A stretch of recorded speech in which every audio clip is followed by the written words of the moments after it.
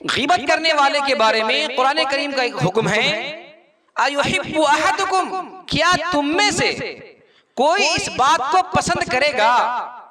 ان یاکل لحم اخیہ، کہ وہ اپنے مرے ہوئے بھائی کے گوشت کو کھائے۔ کسی آدمی کے اندر کوئی خامی ہو، کچھ کمی ہو، کچھ کجی ہو، کچھ کوتاہی ہو، کچھ برائی ہو، اور اس برائی کو کوئی دوسرا آدمی اس بندے کے غائبانہ میں کسی دوسرے سے بیان کر دے، اور اگر کسی نے کسی کی غیبت کر لیا ہو تو پھر اس پر ضروری ہے کہ جس کی غیبت کیا ہو اس سے وہ معافی مانگے، کیونکہ یہ حقوق العباد میں سے ہے۔ اگر وہ بندہ معاف نہیں کرے گا اللہ کبھی معاف نہیں کرے گا۔ نحمدہ ونصلی علی رسولہ الکریم، اما بعد، قال اللہ تبارک وتعالی فی القرآن المجید والفرقان الحمید، اعوذ باللہ من الشیطان الرجیم، بسم اللہ الرحمن الرحیم، یا ایہا الذین آمنوا اجتنبوا کثیرا من الظن ان بعض الظن اثم ولا تجسسوا ولا یغتب بعضکم بعضا ایحب احدکم ان یأکل لحم اخیہ میتا فکرہتموہ واتقوا اللہ ان اللہ تواب الرحیم۔ حضرات سامعین کرام و ناظرین اعظام، انتہائی افسوس کے ساتھ عرض کرنا پڑ رہا ہے کہ آج جب ہم چند آدمی کہیں بیٹھتے ہیں تو ہماری گفتگو کا مرچ اور مسالہ کسی کی غیبت سے ہی شروع ہوتا ہے، اور بہت کم ایسی مجلس رہ گئی ہے جہاں دو چند آدمی بیٹھے ہوں، دو چند آدمی گفتگو کر رہے ہوں اور کسی کی برائی بیان نہ کر رہے ہوں، کسی کی خامی بیان نہ کر رہے ہوں، کسی کی غیبت نہ کر رہے ہوں، کسی پر بہتان تراشی نہ کر رہے ہوں، کسی پر بیجا الزامات نہ لگا رہے ہوں۔ ایسا بہت کم ہوتا ہے۔ افسوس کے ساتھ عرض کرنا پڑ رہا ہے، انتہائی افسوس کے ساتھ عرض کرنا پڑ رہا ہے کہ پہلے یہ چیزیں عورت میں زیادہ پائی جاتی تھی، اور عورتوں کا اس کو خاصہ سمجھا جاتا تھا، اور عورتوں میں ساس اپنی بہو کی، بہو اپنی ساس کی، اور نند اپنی بھابھی کی، بھابھی اپنی نند کی، اور ایک دوسری رشتہ دار۔ خاص طور سے عورتوں کے معاملے کے اندر یہ بات پائی جاتی تھی کہ جہاں چند عورتیں ہوں وہاں کسی کا شکوہ نہ ہو، کسی کی غیبت نہ ہو، کسی کی برائی نہ ہو، کسی پر بہتان تراشی نہ ہو، ایسا نہیں ہو سکتا۔ لیکن آج کا جو نت نیا دور ہے اور آج کا جو فتنے کا دور ہے، آج جو ہوٹل بازی ہے، چوک چوراہے پر چند آدمی بیٹھتے ہیں، تو پھر میرے محترم بزرگوں دوستو، مردوں کے درمیان بھی اب یہ باتیں کثرت سے پائی جانے لگی ہے کہ وہ بھی ایک دوسرے کی غیبت کرنا شروع کر دیے ہیں، اور خوب دلچسپی لیتے ہیں، اپنے گفتگو کا مرچ مسالہ لگاتے ہیں، اور خوب جم کر کے لوگوں کی غیبت کرتے ہیں، اور لوگ اس کو شوق سے سنتے ہیں۔ نہ کوئی ڈانٹنے والا ہوتا ہے، نہ کوئی بولنے والا ہوتا ہے، نہ کوئی منع کرنے والا ہوتا ہے، نہ کوئی مجلس سے اٹھ کے جانے والا ہوتا ہے، بلکہ لوگ اور کان لگا کے سنتے ہیں اور مزے لیتے ہیں، اور دوسروں کی باتوں سے خوب دلچسپی لیتے ہیں، دوسروں کی عزت کو اچھالنے میں خوب اہم کردار ادا کرتے ہیں۔ کتنے افسوس کا مقام ہے میرے محترم بزرگوں دوستو کہ غیبت کو لوگ گناہ سمجھتے ہی نہیں ہیں، اس بات کو سمجھتے ہی نہیں کہ ہم سے کتنا بڑا جرم ہو رہا ہے، ہم کتنا بڑا گناہ کر رہے ہیں، ہم کتنا بڑا گناہ کر رہے ہیں۔ قرآن کریم نے غیبت کی ایسی برائی بیان کی ہے، اتنا بڑا گناہ غیبت ہے کہ آپ سوچ نہیں سکتے ہیں۔ اور غیبت کے گناہ کو جب ہم پڑھتے ہیں تو میرے محترم یقین جان لیجئے آپ کے رونگٹے کھڑے ہو جائیں گے، طبیعت آپ کی مزمئی ہو جائے گی، روح آپ کی بیمار ہو جائے گی۔ غیبت کا اتنا بڑا گناہ قرآن نے صاف صاف منع فرمایا، یا ایھا الذین آمنوا اجتنبوا کثیرا من الظن، اے ایمان والو تم لوگوں کے بارے میں بہت زیادہ گمان کرنے سے بچو، کیونکہ بعض گمان ان بعض الظن اسم، بعض گمان تمہارا وہ گناہ ہوگا۔ ولا تجسسوا، کسی کے ٹول مت پڑو، کون کہاں جا رہا ہے، کون کیا کر رہا ہے، کس کا کس کے ساتھ تعلق ہے، فون پر کہاں بیزی ہے، یہ کہاں اپنی تنہائی گزارتا ہے، یہ اس کا رہن سہن کس کے ساتھ ہے، اس کے تعلقات کس کے ساتھ ہیں، کس کے ساتھ اس کا اٹھنا بیٹھنا ہے، کس کے ساتھ اس کا رہن سہن ہے، کس کے ساتھ اس کے جائز تعلقات ہیں، کس کے ساتھ اس کے ناجائز تعلقات ہیں، کسی کے ٹوہ مت پڑو۔ کسی کے پیٹھ پیچھے اس کی غیبت مت کرو، وَلَا يَغْتَبْ بَعْضُكُمْ بَعْضًا، اور کسی کی غیبت مت کرو۔ غیبت کسے کہتے ہیں اس کی تعریف سن لیجئے۔ غیبت کہتے ہیں کسی آدمی کے اندر کوئی خامی ہو، کچھ کمی ہو، کچھ کجی ہو، کچھ کوتاہی ہو، کچھ برائی ہو، اور اس برائی کو کوئی دوسرا آدمی اس بندے کے غائبانہ میں کسی دوسرے سے بیان کر دے۔ مثال کے طور پر زید کے اندر کسی قسم کی کمی کجی کوتاہی ہے، کسی قسم کی برائی ہے، عمر بکر سے بیان کر رہا ہے کہ بھائی زید تو ایسا ہے، زید ویسا ہے، قضا و قضا، زید کے اندر یہ برائی ہے، یہ خامی ہے، یہ کمی ہے، یہ کجی ہے، یہ کوتاہی ہے۔ تو زید کی برائی عمر سے بیان کرنا یہ غیبت کہلاتا ہے، یہ غیبت ہے۔ اور بعض حضرات یہ سمجھتے ہیں، غیبت کرتے ہوئے یہ کہتے ہیں جب اس کو ٹوکا جاتا ہے کہ بھائی آپ کسی کی برائی کیوں بیان کر رہے ہیں، کسی کی غیبت کیوں کر رہے ہیں، بہت بڑا گناہ ہوگا، تو وہ کیا کہتے ہیں معلوم ہے؟ وہ یہ کہتے ہیں کہ میں غیبت تھوڑی کر رہا ہوں، میں تو حق بیان کر رہا ہوں، میں تو زید کے اندر یہ کمی، یہ کجی، یہ کوتاہی، یہ برائی میں خود دیکھا ہوں، یا میں جانتا ہوں، میرے پاس پروف ہے، ثبوت ہے، تحقیق ہے، فلاں برائی کی، فلاں کمی کی، فلاں کجی کی، فلاں کوتاہی کی، تب ہم بول رہے ہیں، ہم حق بول رہے ہیں، سچ بول رہے ہیں، پروف کے ساتھ بول رہے ہیں، دلیل کے ساتھ بول رہے ہیں، ثبوت کے ساتھ بول رہے ہیں۔ میرے محترم بزرگوں، دوستو، یہی تو غیبت ہے، کسی کے اندر کمی ہو اور اس کی کمی کو دوسرے سے بیان کرنا، یہی غیبت ہے۔ اگر زید کے اندر کمی نہیں ہے، کجی نہیں ہے، کوتاہی نہیں ہے، برائی نہیں ہے، اور پھر اس کی برائی کسی سے بیان کی جا رہی ہے، تو یہ غیبت نہیں، یہ اس سے بھی بڑا ہے ہوا ہے، یہ بہتان ہے، یہ الزام ہے۔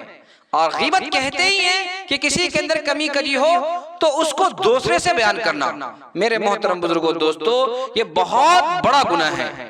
غیبت کرنے والے کے بارے میں قرآن کریم کا ایک حکم ہے، اَيُحِبُّ أَحَدُكُمْ، کیا تم میں سے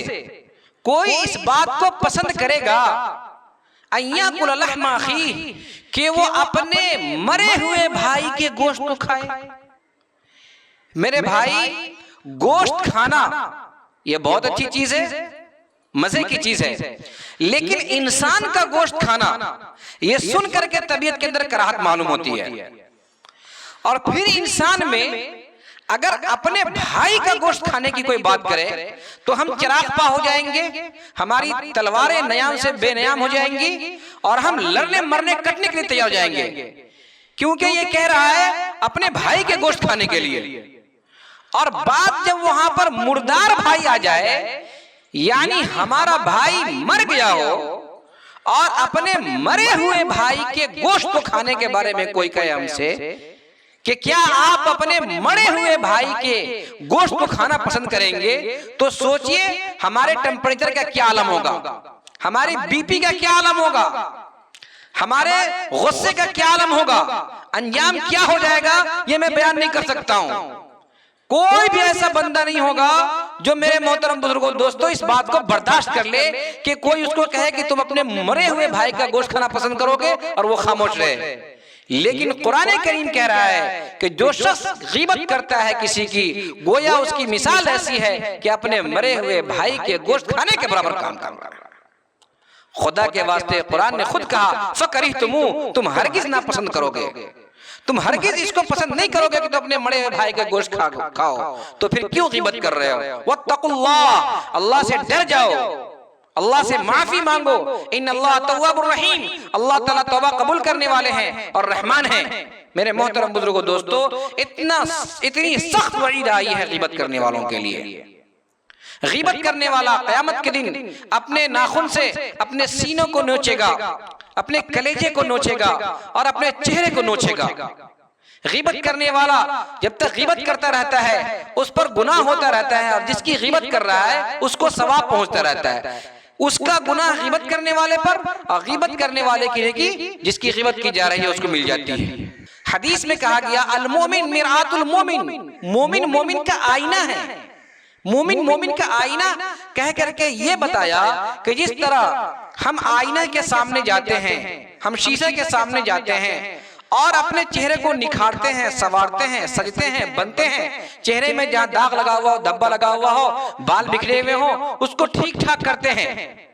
تو جب ہم آئینہ کے سامنے جاتے ہیں تو آئینہ ہماری کمی کجی کو صرف ہم سے بیان کرتا ہے، ہمارے علاوہ کسی دوسرے سے بیان نہیں کرتا ہے۔ تو جس طرح مومن کا آئینہ ہے، اسی طرح اگر کسی بھائی کے اندر حقیقت میں کمی دیکھے، کجی دیکھے، کوتاہی دیکھے، برائی دیکھے، کسی قسم کا عیب دیکھے، کسی کے عیب پر مطلع ہو جائے، تو اس مومن بھائی کو چاہیے کہ اس بھائی کو اپنے یہاں چائے پر بلائے یا اس سے ملاقات کر لے اور اس سے ملے، تنہائی میں ملے، تنہائی میں مل کر کے اسے نصیحت کرے، اس کو بتائے کہ میرے پیارے بھائی یہ فلاں کمی، فلاں کجی، فلاں بات، فلاں آپ کے اندر عیب میں نے دیکھا ہے یا مجھے مطلع ہوا ہوں یا مجھے معلوم ہوا ہے، خدا کے لیے اگر یہ واقعی بات صحیح ہے تو آپ اس سے بچ جائیے اللہ کے لیے، اگر ایسی بات صحیح نہیں ہے تو میری اپنی بات واپس، اللہ تعالیٰ ہمیں اور آپ دونوں کو معاف فرمائیں۔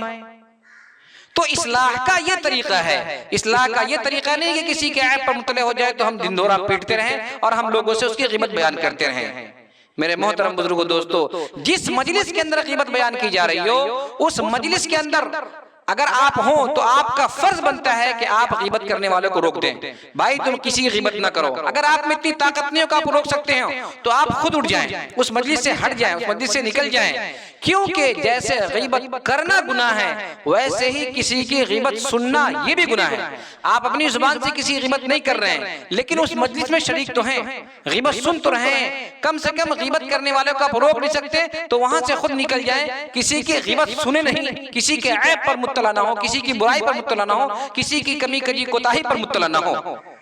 اور اگر کسی نے کسی کی غیبت کر لیا ہو تو پھر اس پر ضروری ہے کہ جس کی غیبت کیا ہو اس سے وہ معافی مانگے، کیونکہ یہ حقوق العباد میں سے ہے، اگر وہ بندہ معاف نہیں کرے گا اللہ کبھی معاف نہیں کرے گا۔ اپنے بھائی سے ملے جس کی غیبت کی ہو، اس کے ہاتھ جوڑے، اس کے پاؤں پڑے اور کہے کہ اسی دنیا کے اندر اللہ کے لیے مجھے معاف فرما دیجئے، مجھ سے آپ کی غیبت ہو گئی ہے، آئندہ انشاءاللہ کبھی غیبت نہیں ہوگی۔ اگر کسی ایسے آدمی کی غیبت کی ہے جہاں تک نہیں پہنچ سکتا ہے یا یہ کہ اس کا انتقال ہو گیا ہے تو اس کے لیے توبہ استغفار کرے اور اس کے لیے ایصال ثواب کرتا رہے اور اس کے بلندی درجات کے دعا کرتا رہے۔ میرے محترم بزرگوں، دوستو، آج غیبت کا یہ عالم ہو گیا ہے کہ آج ہماری زبانیں اتنی زیادہ لوگوں کے خلاف بکواس کر رہی ہے کہ ہماری زبان سے کوئی محفوظ نہیں ہے، نہ علماء کرام محفوظ ہیں، نہ ائمہ اعظام محفوظ ہیں، نہ اکابر محفوظ ہیں، نہ اولیاء کرام محفوظ ہیں۔ جب جی میں آیا جس کے بارے میں جو من میں آیا، اوٹ پٹانگ اناپ شناپ جہاں تہاں جو تو جیسی کہی سنی بات بغیر تحقیق کے، بغیر کسی تفتیش کے بس لوگوں سے شیئر کرتے رہنا ہے، لوگوں کے خلاف اپنی من مرضی کی گفتگو کرنا ہے اور خود اپنے بننے کے لیے اور اپنے آپ کو سنورنے کے لیے لوگوں کی خواہ مخواہ کی تنقید کرتے رہنا ہے تاکہ لوگ فلاں کو برا سمجھے اور لوگوں کے نظر میں اچھا ہو جاؤں۔ میرے محترم، حدیث شریف کے اندر ہے کہ آدمی سنی ہوئی بات کو کہہ دے، یہ آدمی کے جھوٹا ہونے کے لیے کافی۔ کفا بالمرء کذبا ان یحدث بکل ما سمع، آدمی کے جھوٹا ہونے کے لیے صرف اتنی بات کافی ہے کہ سنی سنائی بات کو یوں ہی نقل کر رہا ہے، اس کی تحقیق نہیں کیا، اس کی تفتیش نہیں کیا، جو مدعی ہے اس سے نہیں پوچھا، جو مدعا علیہ ہے اس سے نہیں پوچھا، کسی سے معلوم کیا نہیں، کسی کی کوئی بات معلوم ہوئی اور بس ہنگامہ شروع۔ تو میرے محترم بزرگوں، دوستو، خدا کے لیے یہ غیبت بہت بڑا گناہ ہے، اللہ کے لیے اس سے بچ جائیے، اپنے آپ کو بچیے اور اپنے قوم کو بچا لیجئے، اپنے گھر والوں کو بچا لیجئے، اپنے اہل وعیال کو بچا لیجئے۔ غیبت جہاں ہو رہی ہو وہاں سے آپ لوگوں کو منع کر دیں، اگر منع نہیں کر سکتے تو وہاں سے اٹھ جائیں۔ دعا ہے اللہ تعالیٰ سے اللہ تعالیٰ ہم سب کو غیبت کرنے سے اور غیبت سننے سے محفوظ فرمائیں اور اللہ تبارک و تعالی ہم سب کو حق بات کہنے کی اور حق بات سننے کی توفیق عطا فرمائے۔